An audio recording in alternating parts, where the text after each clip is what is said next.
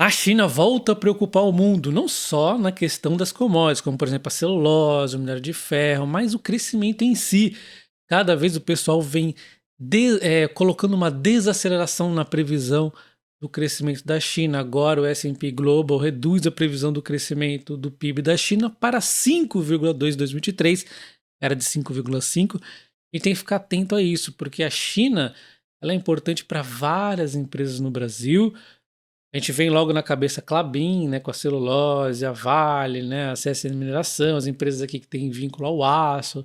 Porém, é muito mais do que isso. A China, ela exporta, o Brasil exporta muito para a China. Então, é importante que a China cresça. Caso ela vá ter uma desaceleração, pode colocar em risco realmente várias empresas da bolsa.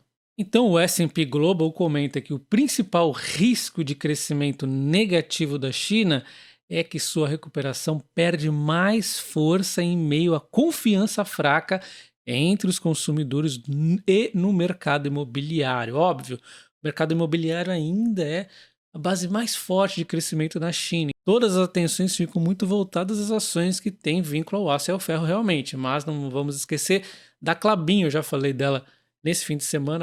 E como nós já havíamos visto o comentário de outras casas de análise, a natureza desigual da recuperação pós-abertura da China está gerando mais pedidos de estímulo. A China retomou aí pós fim de lockdowns, mas retomou de uma forma desigual, que deixa ainda mais sério a questão do crescimento deles. Eles lembram então que em maio o investimento imobiliário caiu ainda mais e o crescimento da produção industrial e das vendas do varejo ficaram abaixo das previsões e o desemprego entre os jovens atingiu um recorde de 20,8%. E aí eles destacam que a solução seria aliviar as restrições de compra de moradias e os requisitos para pagamento antecipado de hipotecas, expandir o crédito e o financiamento da infraestrutura, talvez apoio fiscal para o consumo. Isso aqui é bastante complexo de se implementar, né?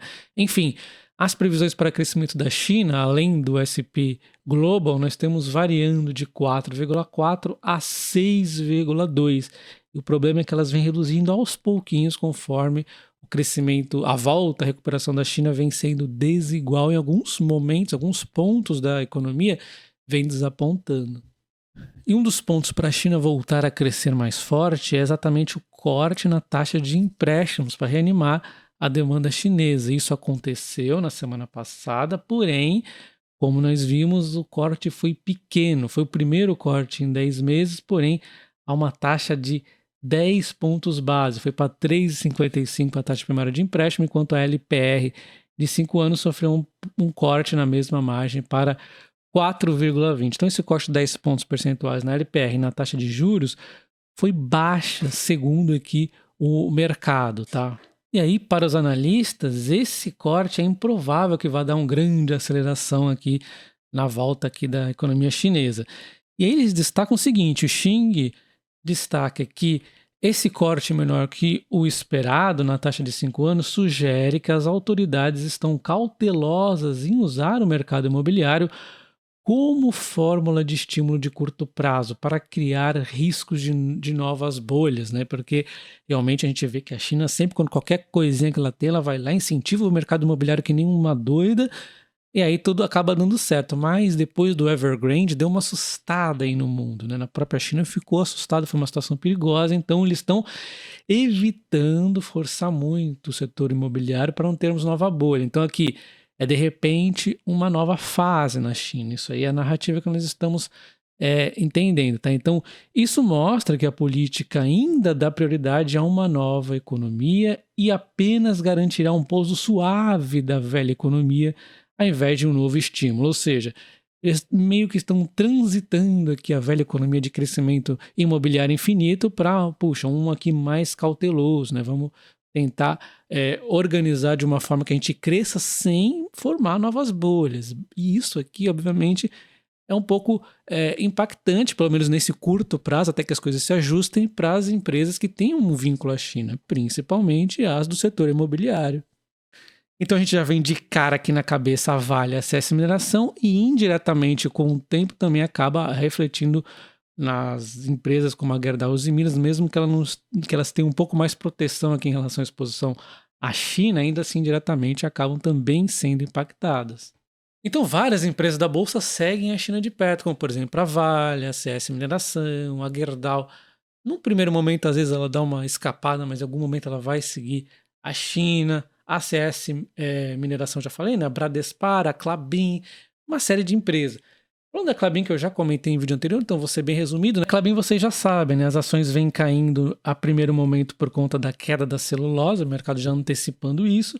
Depois o mercado antecipa a melhora da celulose com um possível fundo, pelo menos provisório, com as empresas reduzindo a produção de celulose, com as empresas que utilizam commodity celulose começando a fazer a restocagem, aí a celulose começa a realmente dar uma recuperadinha, porém, vale destacar que no segundo semestre nós temos aqui novas fábricas entrando em produção ou aumento de produção na China, temos uma pressão à frente e toda essa questão do crescimento da China, como a China começa a decepcionar novamente, as ações já começam a dar uma corrigidinha. Então eu acho que a Klabin talvez fique um pouco instável mesmo. Ela está aqui caindo hoje 1,45%, nos últimos 5 dias caiu 2%, mas ela vem de alta nos últimos um mês de 5%, mas um pouquinho de volatilidade pode estar acontecendo. Lembrando que ela não é só celulose, ela tem aqui papel e embalagens que é um diferencial importante para ela, ela vai crescer cada vez mais nisso, como eu já falei no vídeo dela, porém não podemos descartar volatilidade que pode ser de repente uma oportunidade. E nós vamos a Gerdau com uma alta, depois uma queda aqui com a questão do ferro e tudo mais, e aí uma lateralização meio que com zigue-zagues, óbvio. A Gerdau está muito de olho nos Estados Unidos também, né? Ela tem muita vínculo aos Estados Unidos e o próprio Brasil, e enquanto a Vale é mais volátil, ela está mais ligada aí diretamente já na China, ela sofre já no primeiro momento, então teve essa queda forte, depois uma recuperação, depois outra queda forte, depois outra recuperação, depois mais uma queda forte, agora ameaçando uma lateralização nesses fundos. A Vale, ela costuma eventualmente fazer esse tipo de comportamento, se a gente vê aqui os últimos 10 anos, ela teve aqui alguns comportamentos de dificuldade, mas é óbvio que teve acidentes que não vão mais acontecer muito provavelmente com ela, mas logo depois de um longo período de lateralização ou com poucas quedas, ela tem uma altas na sequência, mais uma lateralização e uma explosão. Então ela está aqui nesse período ó, de repente acumulação para em algum momento do ciclo da economia, não estou recomendando, mas em algum momento tem uma nova disparada. A Vale fez isso aqui várias vezes ao longo de sua trajetória, isso porque eu já falei que eu não acredito em novos grandes problemas trágicos com ela, como já aconteceu nas barragens. Né? Ela está investindo muito nisso. E CSN Mineração, um IPO, né? It's probably overpriced, uma queda infinita, e depois tem uma exagerada na queda. A gente vê muito isso, né? Primeiro uma alta, um ânimo, depois uma queda infinita, para depois as ações recuperarem, aí ela está meio que lateralizando, porque este período aqui ela caiu demais, então ela não tem tanto para cair neste momento, mas em algum momento ela já está ficando nivelada com a Vale, talvez um problema aqui na China faça as duas cair, né? A gente vai ter que ir acompanhando aí. No último mês, CSN Mineração menos 4%, enquanto a Vale está no 0 a 0 aqui. Altos e desces, ela está no 0 a 0. Então nós vimos que existe uma possível desaceleração na China, mas eu acredito na China, segunda maior economia do mundo, mas também eu não sou daquele grupo que acha que a China rapidamente vai passar os Estados Unidos e vai crescer infinito, não. Acho que cada vez que a China ficar maior, fica mais difícil para crescer. Uma desaceleração é normal, eu acho que ela vai realmente caminhar para esse nova realidade para ela, mas ainda assim é um país que dá para a gente confiar no longo prazo, porque se provou ao longo do tempo, né? Se provou demais. Então, eu acho que nesses momentos de ruído é interessante estar comprando esse tipo de empresa que está sofrendo. Essa é a minha opinião, não é recomendação. Mas, falando agora de uma notícia da Vale, que seria catastrófica, Guido Mantega, CEO da Vale, isso aqui seria catastrófico, mas na minha opinião isso aqui jamais vai acontecer. Vamos dar uma olhada na matéria. Foi inicialmente falado aqui pelo colunista Lauro Jardim do jornal O Globo. Para mim isso aqui não existe, é palhaçada, olha só. Imagina, essa duplinha aqui foi um inferno na vida do brasileiro, principalmente do investidor. Agora, imagina Guido Mantega de volta, ainda mais na Vale, é uma piada isso. Bom, então de acordo com a apuração, o governo poderia utilizar a sua influência alguns acionistas como a Prev, o Fundo de Pensão do Banco do Brasil e da Bradespar para indicar Mantega ao conselho de administração.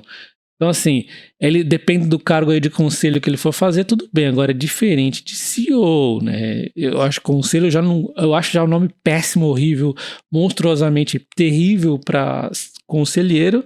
seja qual for, mas é diferente de CEO. CEO é outra história. CEO é tipo, fecha as portas da Vale, né? Não é possível. Fecha para balanço, aí volta daqui a 4 anos. Mas a Guide Investimentos disse aqui que esse movimento é pouco provável. Na diretoria haveria pouca chance de indicação ser aprovada pelos demais acionistas. Pesa contra ele a indicação, a falta de conhecimento e experiência para ocupar o cargo. A falta de conhecimento de economia já é um problema para ele, imagina na Vale. Não tem cabimento essa notícia, tá? Então, eles lembram, vamos ver aqui a composição da Vale, temos aqui outros 62 e poucos por cento, temos a tesouraria um pouco aqui, temos a The Capital Company Group, temos a Mitsui, temos a BlackRock, temos a Prev. Eu acho impossível. Como é que isso aqui vai conseguir encaixar um CEO? Impossível, impossível. Conselheiro, dependendo do que for aí, de repente pode até acontecer, o que, repito, para mim seria péssimo, mas não é para ficar aí desesperado com a Vale, né? Mas, enfim, CEO acho que foi só para ganhar um clique view aí, enfim, né? Como eu já falei para vocês em outros vídeos, eu tenho comprado a Vale recentemente em operações protegidas, então eu estou num range aqui de proteção, não importa para mim se ela vai cair mais ou se ela vai ficar aqui por um tempo. Tenho até uma das minhas compras, é até 2024 essa proteção. Eu vou deixar no comentário fixado e na descrição do vídeo o curso de opções onde eu ensino como fazer essas compras protegidas, inclusive mostro como eu fiz essas operações da Vale. Não se trata de forma alguma de uma recomendação, e sim de um ensinamento, de uma estratégia que você pode fazer para realmente comprar aquela ação que você veja e algum risco de uma queda acontecer, mas estar amplamente protegido ao mesmo tempo que você está se posicionando nessa empresa. É fantástico. Eu espero que vocês tenham gostado do vídeo, deixa o like, um abraço e até o próximo. Valeu!